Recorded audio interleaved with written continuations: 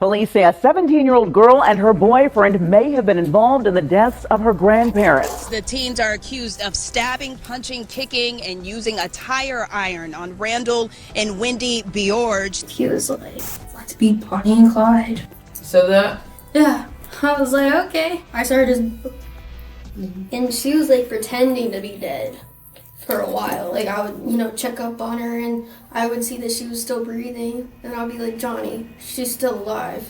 What the heck?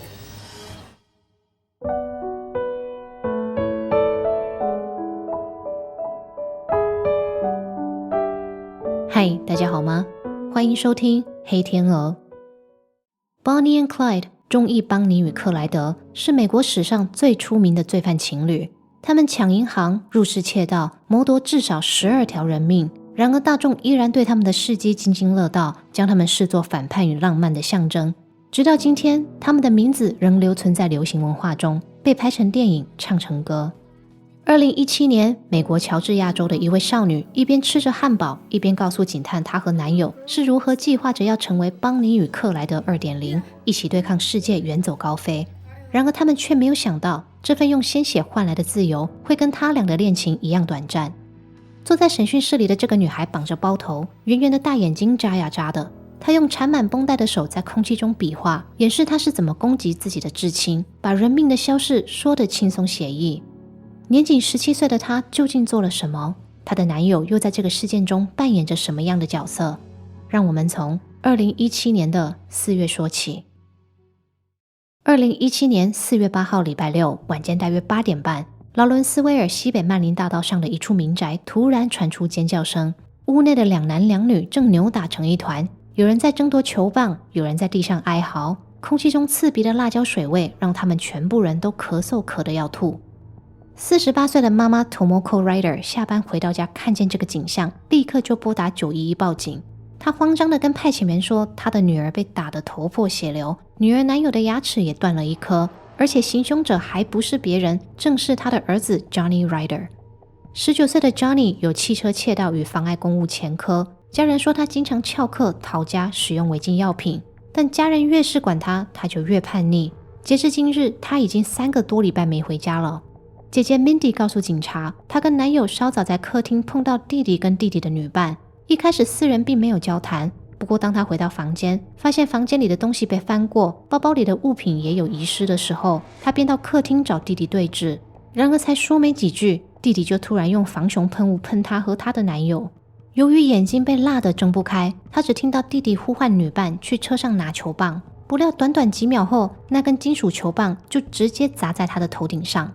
姐姐男友见状立刻将 Johnny 扑倒，但拥有武器优势的 Johnny 占上风，满脸辣椒水的姐姐男友几乎是全程被压着打。妈妈表示，过去儿子就曾威胁要杀掉全家，但没有想到他会真的动手。尤其是 Johnny 今天带来的那个女伴，他们根本就不认识，无冤无仇的，竟然初次见面就用球棒打人。警方将姐姐和姐姐的男友送医后，立刻着手找寻 Johnny 的下落和他女伴的身份，而他们在 Johnny 家车库找到的休旅车很快就给出了答案。大概是刚才听到妈妈报警急着逃跑， Johnny 开走了姐姐的本田轿车，落下他原本驾驶的马自达。因此警察过一过车牌，马上就查到休旅车的车主其实是一位叫 Randall Bjorge 的老先生。警员对这个名字还挺有印象，因为前2天他们才在家属的要求下去 Randall 家做过安全检查。虽然他们敲门没得到回应，但鉴于没有观察到异状，他们就先离开。警员本来是打算这2天要再过去一趟，但现在他们显然得立刻出发，不能再等下去了。警察抵达 Randall 家的时候，大约是晚间11点。当时屋内听起来很安静，像是没有人在。不过由于家属在昨天已经正式通报 Randall 失踪，这次警方别无选择，一定得破门查个清楚。然而当人员一进屋，他们立刻就惊觉大事不妙，因为客厅不仅脏乱不堪，空气中还弥漫着一股腐败的气味。人员循着气味往2楼走去，但迎接他们的却是一扇又一扇用密封胶封死的门。在撞开房间的门后，警员在里头发现了63岁的 Randall 和他的妻子 Wendy。 由于遗体高度腐败，警方判断这对老夫妻已经身亡至少1周。后续的验尸报告显示，2人生前曾遭到殴打，死因则为颈部的刀伤。而且犯人似乎还在他们的身体倒了漂白水，造成他俩的皮肤大面积灼伤。是谁会用这么残忍的手段对付2个老人家？这题的答案显然跟开走他们车子的 Johnny 脱不了关系，但警方怀疑老夫妇17岁的孙女 Cassie Beorge 也设有重嫌，因为记录显示，案发大约10天前3月28号，老夫妇曾向警方通报孙女失踪。外婆 Wendy 更是在5天后4月2号于脸书发了一则贴文，请大家帮忙找寻 Cassie 的下落。然而就是从那一天开始，所有人就再也没有老夫妇的消息。当晚警方锁定 Johnny 姐姐车子的车牌，在劳伦斯威尔以及周边的城市进行搜索，果然在几个小时后，他们就在距离老夫妇家约7公里的一栋公寓建筑外找到了姐姐的车。Johnny 的妈妈一接到通知，就立刻告诉警察她认得那个地方，因为那是儿子高中时期最常去的同学家。警方相信 Johnny 昨晚打完姐姐后就是来到这里躲藏，因此他们在部署好警力后，就先通知 Johnny 的同学和家人离开房子。当时同学一脸迷糊地走出来，搞不清楚现在是什么情况。他说他一直以为 Johnny 只是跟妈妈吵架需要地方住，但刚才 Johnny 突然手拿刀子朝他冲过来，给他一个拥抱，同时又在他的耳边说了好几次对不起。接着 Johnny 就跟女友一起进了浴室，把门反锁。警方一听，深知他们得尽快进行攻坚，不过顾虑到对方有武器，他们还在讨论如何执行。这个时候 Johnny 的妈妈联络警局，说她刚刚接到一通儿子的语音讯息，虽然儿子的声音很小很虚，他听得不是很清楚，但他确定他有听到儿子说对不起和我爱你，还有说什么他就快死了。 Hey Ma, it's Johnny. I'm evil. I'm sorry. Tell Wendy I'm sorry. Tell Kevin I'm sorry. I'm not well. I'm dying as we speak. I love you. I'll see you later, okay? Love you. Bye. 得知这个消息后的警方猜测 Johnny 有伤害自己的意图，因此他们决定要立刻行动。而当他们破门进到浴室，果真发现 Johnny 和他的女伴已经倒在地上失去意识。透过长相特征，警方确定 Johnny 的女伴就是老夫妇17岁的孙女 Cassie Beorge。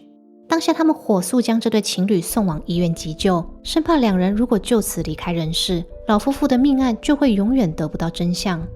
万幸的是，这对小情侣在经过治疗后，情况很快就稳定下来。后续在医院的那几天，两人都向警方坦诚，他们是为了了断自己才拿刀往身上划。但当被问起为什么要这么做，他们的态度就差很多了。Johnny 很谨慎，他表示他要有律师在场，否则他不愿意谈下去。而 Cassie 似乎无所谓过了头，他只说他觉得医院的食物很难吃，但警察想要知道什么都可以问，反正他没什么好隐瞒的。接下来的影片，我会以 Cassie 的审讯录影画面作为辅助，把这起事件的原委拼凑起来。不过提醒一下各位， Cassie 虽然听起来诚实，但她说的话不一定正确。由于网络上找不到 Johnny 的审讯录影，我们只有 Cassie 的一面之词，大家可以听听作为参考，我也会以我有找到的资料做补充，尽可能还原事情的真相。 You into sports? Obviously, I guess was told the karate stuff. Kung Fu, yeah. What's up with that stuff? I found Shaolin Gong Fu, which is basically Kung Fu, but that's what they call it in Chinese. And so I started... 那么我们先从 Cassie 的背景开始。受害者老夫妇是 Cassie 的外公外婆，他俩于2015年获得孙女的监护权。从那个时候开始， Cassie 就跟他们两老住在劳伦斯威尔福隆路上的这栋4房3卫的大房子里。不过根据警方的报告，两老跟孙女处得非常糟。光是2015年10月到2017年3月这接近1年半的时间，警方跑这个地址就跑了31次，其中18次是老人家自己通报孙女离家出走或失踪，另外8次是邻居报案请警察过去关心，剩下的则是家庭暴力和违禁药品相关。谁暴力谁，我们稍后再说。我们先把 Cassie 的父母亲讲完。Cassie 的爸爸妈妈于2015年前离婚，爸爸的状态不详，而妈妈 Amanda 随后再婚，并带着女儿生活。根据 Cassie 自己的供词，她跟妈妈一样处得不好，跟继父更是水火不容。她说继父曾跑到她的学校堵她，找她麻烦，两人冲突严重的需要警方介入，甚至到要申请禁制令的地步。但 Cassie 对于冲突的原因为何并没有多说，网络上也查不到相关的记录，因此我不清楚 Cassie 的妈妈对于此事的态度，还有后续是怎么处理的。不过妈妈在接受媒体访问的时候说， Cassie 在跟她住的那段期间就已经很失控，反复嗑药逃家逃学，她真的管都管不动。所以当外公外婆出面说愿意接手，全家人都在想，或许换个环境试试看会有用。没有想到外公外婆的援助换来的是被孙女打断的肋骨。2017年2月某天， Cassie 跟外公外婆吵架，一气之下她朝两老丢东西和使用暴力，造成外公的肋骨断裂。最后 Cassie 被以伤害罪名起诉，法官判她缓刑。这个缓刑判决附带了一些条件，其中之一就是宵禁，意思是 Cassie 得在一定的时间回家，不得在外面过夜。然而处罚暂缓执行的美意，在 Cassie 的眼中只是又一道让她受不了的枷锁。她说她的父母亲已经让她有够烦，结果外公外婆又送她一支缓刑，弄得她什么都不能做，完全没有自由。 And Grandma and Grandpa were your biggest hurdles? Yeah. Just because, you know, Is that how you saw them as your biggest hurdles to being with Johnny? no, they were my biggest hurdles because of probation. Probation kind of really messed me up because, you know, I was going to get a job, you know, I was going to, like, start getting money, just, you know, starting my life. And then once I got probation, it kind of just, like, really messed up everything, you know, like. 在 Cassie 的心中，她应该要是一只能高飞的鸟儿，但她的家庭却总是在拖累她，甚至成为她的阻碍。她说缓刑急剧加深了她想要逃离一切的念头，加上交往3个月的男友 Johnny 也一样有了结自己家人的想法，因此他俩就开始拟定计划，决心要成为现代版邦尼与克莱德，以2人之力对抗全世界。不过男友 Johnny 这边是怎么了？是家人亏待他吗？还是有什么原因？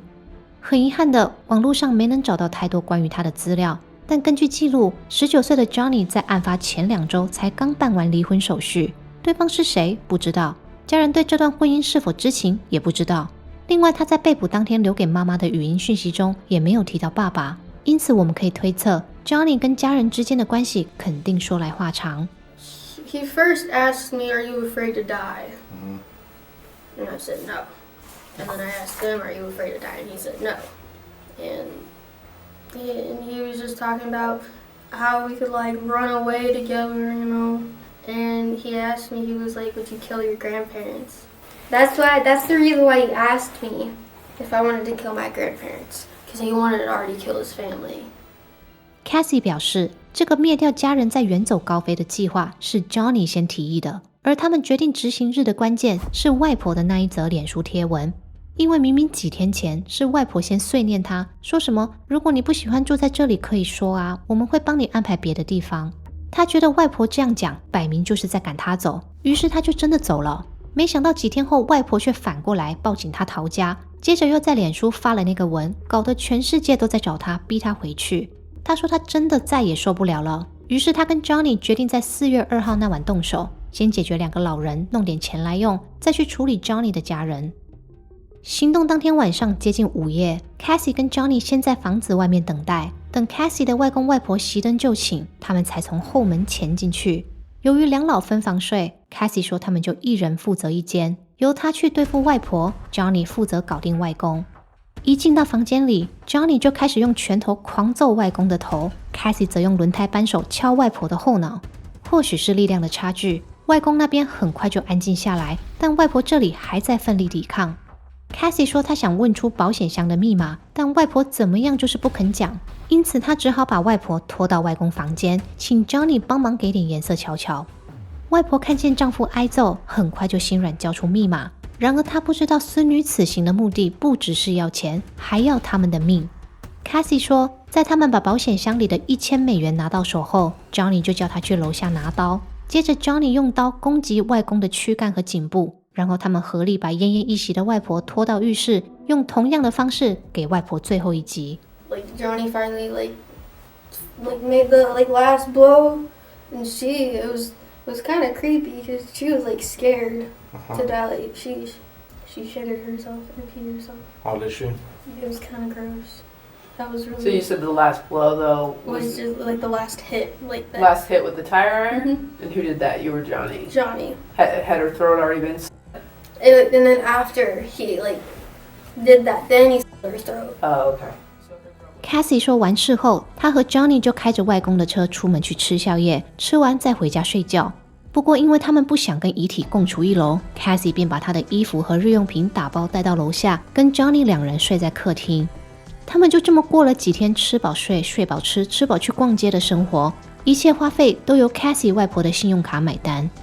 Cassie 表示，他们接着就出发去 Johnny 家执行计划的第二阶段，原本是要来个灭门行动，没想到 Johnny 姐姐的男友也在，还有他们不晓得防熊喷雾有多呛，喷射范围还比一般的辣椒水广，所以那个喷嘴一按，客厅里的人全体遭殃。这场攻击后续怎么收尾，我们已经知道了。审讯室里的警探当然也是，因此他们把重点转向 Cassie 刻意省略不说的部分。因为仔细算一下，从 Cassie 的外公外婆身亡到他们出发去 Johnny 家之间，其实相隔整整6天。这段时间，他和 Johnny 都干嘛去了？面对警探的质问， Cassie 坚定地回答，他们就真的没有特别做什么，顶多开车出门买东西，晚上回家看电视，就这么简单。眼看 Cassie 不肯退让，警探只好拿出一段影片，画面中是他和 Johnny 坐在客厅地板聊天的样子，而背景明显是他的外公外婆家。所以警探问他，这段影片是谁拍的，是什么时候拍的？而慌张的 Cassie 一下子答不出来。其实 Cassie 不知道，警探早先已经跟他的朋友们谈过，其中一个叫 Sunshine 的朋友表示，她和男友的确有去 Cassie 家玩，但她说她真的不知道 Cassie 的外公外婆死在楼上，因为 Cassie 告诉她，外公外婆去度假2个礼拜。还有当她问 Johnny 为什么家里臭臭的， Johnny 回答说，是因为楼上的水管阻塞。I'll be straight up, dude. We heard about a conversation that took place inside there where someone was bitching about the smell. Did you ever hang out with Cassie at her grandparents' house? Yes. You probably already know where I'm getting with this. Yes, I was inside the house while they were dead. I didn't know that they were dead. No. Yeah, that's understandable. Just I guess I don't know when exactly it was, but they had been inside the house for a while because you could smell it once you walked inside the house. Now you're saying it smells like shit. What did it? I didn't think anything of it because... Did you ever ask him, like, why does it... I did, and Johnny said that it was just because he hadn't flushed the toilet. 人证跟物证摆在眼前， Cassie 知道他邀朋友来家里玩的事情已经曝光，因此他松口告诉警探，在朋友来之前，为了要掩盖臭味，他和 Johnny 在外公外婆的身上倒漂白水， Johnny 也到车库拿装修用的密封胶，把浴室门跟房间门的门缝全堵起来。他说他只邀了2个朋友，那个晚上他们在1楼客厅抽大，然后大家很快就散会了。此时警探停下来，沉重地提出一个疑问，他问 Cassie 为什么要刻意隐瞒朋友来家里的事，是因为想要保护朋友吗？还有这些朋友很重要吗？这个问题显然是戳中了 Cassie 的软肋，因为这是 Cassie 接近3个小时的审讯中唯一显现出情感的时候。Cassie 说 Sunshine 是她很亲近的朋友，过去无论家里发生什么烂事，她都能毫无保留地跟对方说，对方也一直陪在她身边，所以她不想要把对方拖下水，害对方惹上麻烦。Cassie 边说边流泪，但警探并没有被感动，因为多位 Cassie 和 Johnny 的友人，不管熟的跟不熟的，都说他们有收到派对的邀请，只是他们最后没有赴约。警方认为 Cassie 在试图淡化这场聚会的规模，以掩盖他对外公外婆的无情，而且物证显示，情侣俩不止伴着身亡的老夫妇生活了6天，他们还在家中吃喝玩乐，跟朋友嬉笑，甚至用装置拍摄他俩在客厅亲密的影片。这种种行为，不要说毫无悔意了，根本是丧心病狂的人才做得出来。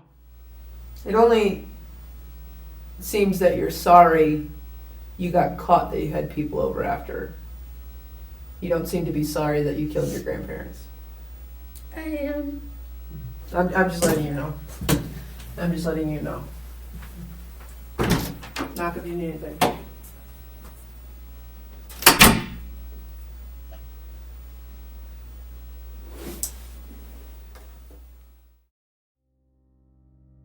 anything.2017年4月12号，17岁的 Cassie Bjorge 和19岁的 Johnny Ryder 正式被以谋杀和加重袭击罪名起诉。